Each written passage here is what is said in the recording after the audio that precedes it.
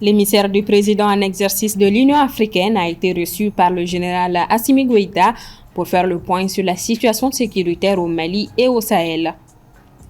La majorité des réfugiés vivant au Mali affrontent chaque jour une détresse profonde et une extrême vulnérabilité dans des conditions de vie souvent indignes. En prélude à la Journée mondiale des réfugiés, notre série spéciale de la semaine s'y consacre. 6 footballeurs africains issus de clubs différents prennent part à la Coupe du monde des clubs 2025 aux États-Unis. Focus sur ces jeunes talents déterminés à briller sur la scène internationale et à porter haut les couleurs du Mali dans cette compétition prestigieuse. Mesdames et messieurs, bonsoir. João Lourenço de l'Angola, émissaire du président en exercice de l'Union africaine, a été reçu ce mardi par le général Assimi Goïta. Objectif, s'informer de l'évolution de la situation sécuritaire au Mali et dans la région du Sahel. Cette visite soulève également des questions sur l'état actuel des relations diplomatiques entre le Mali et l'Angola. Aminata Keïta. L'Union africaine est préoccupée par la situation sécuritaire dans le Sahel, mais aussi pour la stabilité et la sécurité du Mali. C'est ce qu'a rapporté le ministre angolais des Relations extérieures, Tete Antonio, qui était ce mardi 17 juin à Bamako, en qualité d'envoyé spécial du président angolais João Lourenço, également président en exercice de l'Union africaine. Cette visite de l'émissaire du chef de l'Union africaine vise à s'informer sur la situation sécuritaire du Mali en vue de déterminer comment l'Union africaine pourrait aider à la stabilité et à la sécurité du pays ainsi qu'à l'ensemble de la région du Sahel. L'Union africaine a déjà contribué à la paix au Mali depuis le début de la crise politico-sécuritaire de 2012. Elle a appuyé les efforts de la CEDEAO pour rétablir un ordre constitutionnel, a soutenu la mission internationale de soutien au Mali MISMA, la force militaire déployée par la CEDEAO autorisée par l'ONU pour aider l'armée malienne à reconquérir le Nord en 2013, qui a ensuite été intégrée dans la MINUSMA. L'UA a nommé des envoyés spéciaux pour le Mali et le Sahel, a appuyé les négociations ayant mené à l'accord de paix d'Alger de 2015 entre le gouvernement malien et les groupes armés du Nord. Même si le Mali demeure suspendu des instances de l'Union africaine en raison du coup d'État, l'institution africaine prône un principe de non-indifférence invitant chaque pays à s'impliquer dans les situations affectant d'autres États membres.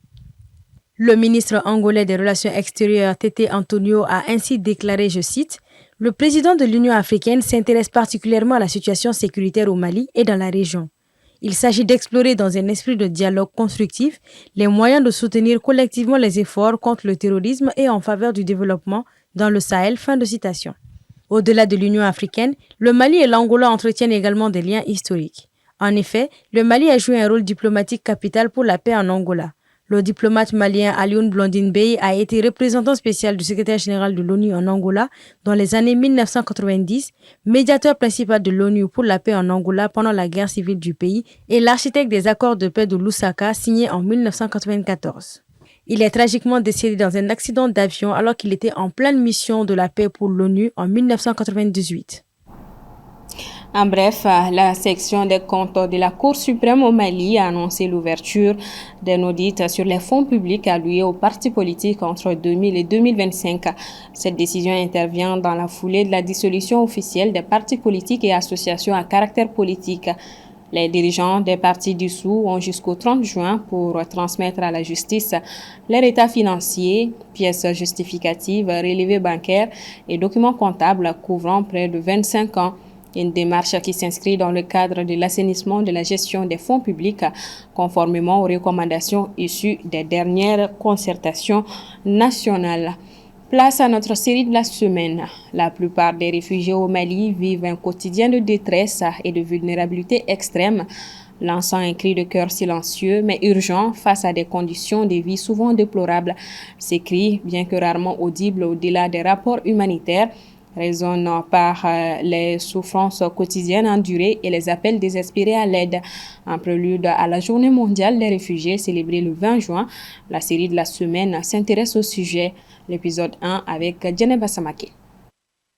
Une image, 1000 mots. Les attaques terroristes, les conflits intercommunautaires et les menaces constantes forcent des personnes ou des populations entières à fuir leur pays, souvent avec rien d'autre que les vêtements qu'elles portent.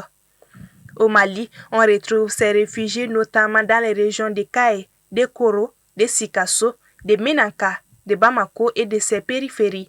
Ayant tout abandonné derrière eux, Ils se retrouvent souvent dans une détresse inqualifiable, se manifestant à travers des réalités déchirantes.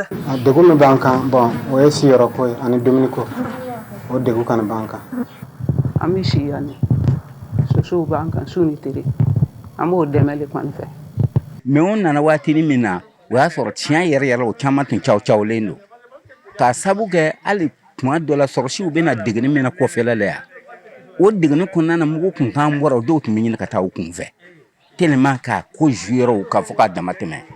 Plusieurs organisations nationales et internationales sont activement impliquées dans le soutien aux réfugiés et à leur insertion au Mali. Ces organisations humanitaires sur le terrain, malgré un accès souvent difficile et un sous-financement chronique, font de leur mieux pour apporter une assistance. En matière de vulnérabilité, c'est des gens qui ont besoin vraiment d'aide, d'appui et d'assistance de la part vraiment du monde humanitaire. Pour ce qui concerne la commission, nous on intervient beaucoup plus dans la protection légale, à commencer par leur identification, leur enregistrement, mais aussi nous leur délivrons des attestations de réfugiés qui confirment leur statut, aussi qui leur permet d'avoir accès à des services sociaux de base, mais aussi également accès à l'assistance humanitaire.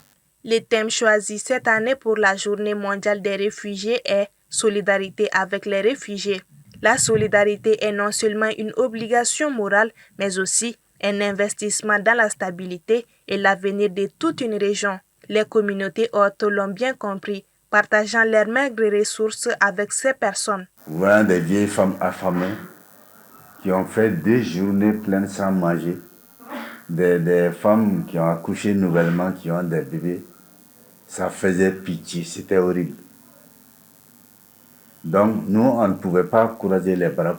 Depuis un chiré d'Ablénia, Oyan Kumbene Kumbeko, Yumaye, Fo Kumbemi Yomote, a Nusodia la Faratematamanka. Ulu Yerea Nusodia, Fini Bidama, Domine Bidama, Jibidama, depuis un an, à Majoro, Feu, au Bekara. La perte de tout ce qui faisait leur vie, l'incertitude du lendemain et les traumatismes vécus génèrent une profonde détresse psychologique, des angoisses et des troubles post-traumatiques. Mais ces réfugiés continuent d'espérer un lendemain meilleur. Face à une situation de déplacement souvent prolongée et à des ressources limitées, certains accèdent à des activités génératrices de revenus qui leur permettent de subvenir à leurs besoins, de réduire leur dépendance à l'aide humanitaire et de contribuer à l'économie locale. L'épisode 2 de la série a retrouvé demain. Le président guinéen, le général Mamadi Doumbouya, est en visite à Abidjan ce mardi 17 juin. Au cours de cette première visite axée sur le renforcement des échanges commerciaux, le général Doumbouya a aussi mentionné que la stabilité politique a été la pierre angulaire de tout développement. Assetoumani Koulibaly. C'est la première fois depuis son arrivée au pouvoir que le président Mamadi Doumbouya effectue une visite à Abidjan auprès de son homologue ivoirien Alassane Ouattara. Pour cette première visite, le président guinéen a fait part de sa conviction que la stabilité politique était la pierre angulaire de tout développement durable. La stabilité est primordiale pour toute nation qui aspire à grandir et à prospérer, a-t-il souligné. Je voudrais partager avec vous ma profonde conviction que la stabilité politique est la pierre angulaire de tout développement durable. La stabilité est essentielle pour toute nation qui aspire à grandir et à prospérer. En ce sens, la Côte d'Ivoire est un bel exemple, Monsieur le Président. Je m'engage à travailler dans cette direction et sollicite, grand frère, votre soutien et votre accompagnement dans cette quête. Une visite d'amitié de 48 heures qui intervient à 6 mois d'une présidentielle attendue en Guinée. La Côte d'Ivoire organise également une présidentielle en octobre prochain. Le président ivoirien espère sur des élections apaisées et transparentes au niveau des deux pays et s'est montré disponible pour tout conseil. Je forme des vœux pour le bon déroulement du processus engagé en Guinée et vous réaffirme la disponibilité de la Côte d'Ivoire à œuvrer au renforcement des relations historiques d'amitié, de fraternité et de coopération entre nos deux pays. Et aussi, je reste disponible pour tout conseil que vous souhaiteriez que nous puissions vous apporter. Je souhaite bien évidemment l'apaisement en Guinée pour permettre des élections apaisées comme nous avons l'intention de le faire en Côte d'Ivoire. En sus de la politique, il était aussi question de sécurité et d'échanges commerciaux.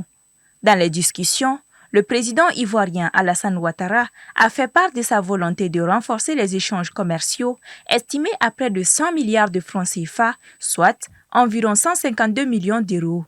Pour lui, il faudrait faire plus pour un résultat bien au-delà. S'agissant du volet transport, des échéances comme l'étude des projets communs, comme la construction du chemin de fer San Pedro-Conakry, est aussi envisagée.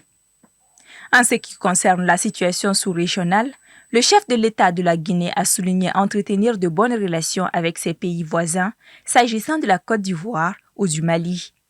La situation sécuritaire au Sahel et la menace que cela pose pour les pays côtiers étaient sur la table. En dépit des tensions entre l'AES et Abidjan, Alassane Ouattara déclare continuer d'apporter une assistance pour permettre aux pays concernés de faire face aux besoins humanitaires et sécuritaires. On termine donc avec le sport. Ils sont 6 joueurs maliens évoluant dans différents clubs à participer à la Coupe du monde des clubs aux États-Unis. Zoom sur ces jeunes talentueux qui sont prêts à défendre les couleurs du Mali lors de cette prestigieuse compétition internationale de football. Soumaïla Fani. Soumaïla Diabaté, Mamadi Djambou, Nene Dorgeles et Moussa Yeo sont tous des joueurs du FC Salzbourg, un club de football autrichien. Ces joueurs talentueux sont parmi les 6 joueurs qui portent les couleurs du Mali à la Coupe du monde des clubs États-Unis 2025. Face à Pachuca, le FC Salzbourg fera son entrée en lice ce mercredi 18 juin à 22h au compte du groupe H où il partage aussi avec le Real Madrid. L'unique représentant autrichien a été le 12e et dernier club européen à se qualifier pour cette compétition, le mondial des clubs nouvelle version. Ce premier match contre Pachuca promet donc d'être un moment fort pour ces joueurs maliens qui aspirent à se faire un nom sur la scène internationale. Déjà en match d'ouverture le dimanche 15 juin, Aliou Dieng et son club égyptien Al Ahly ont tenu en échec l'Inter Miami de Lionel Messi 0 but partout. Le 6e et dernier joueur malien participant à cette compétition est Abdoulkar Traoré qui évolue à Alain FC. Ces clubs émiratis jouent ce jeudi à 1h du matin contre la Juventus de Turin, puis le lundi 23 juin contre Manchester City. Cette compétition, la Coupe du monde des clubs aux États-Unis, est donc une occasion pour ces joueurs maliens de briller et de démontrer au monde leur talent. Fierté donc pour le Mali. Voilà qui referme ce 1945. Merci de votre constante fidélité. Bonsoir et à demain.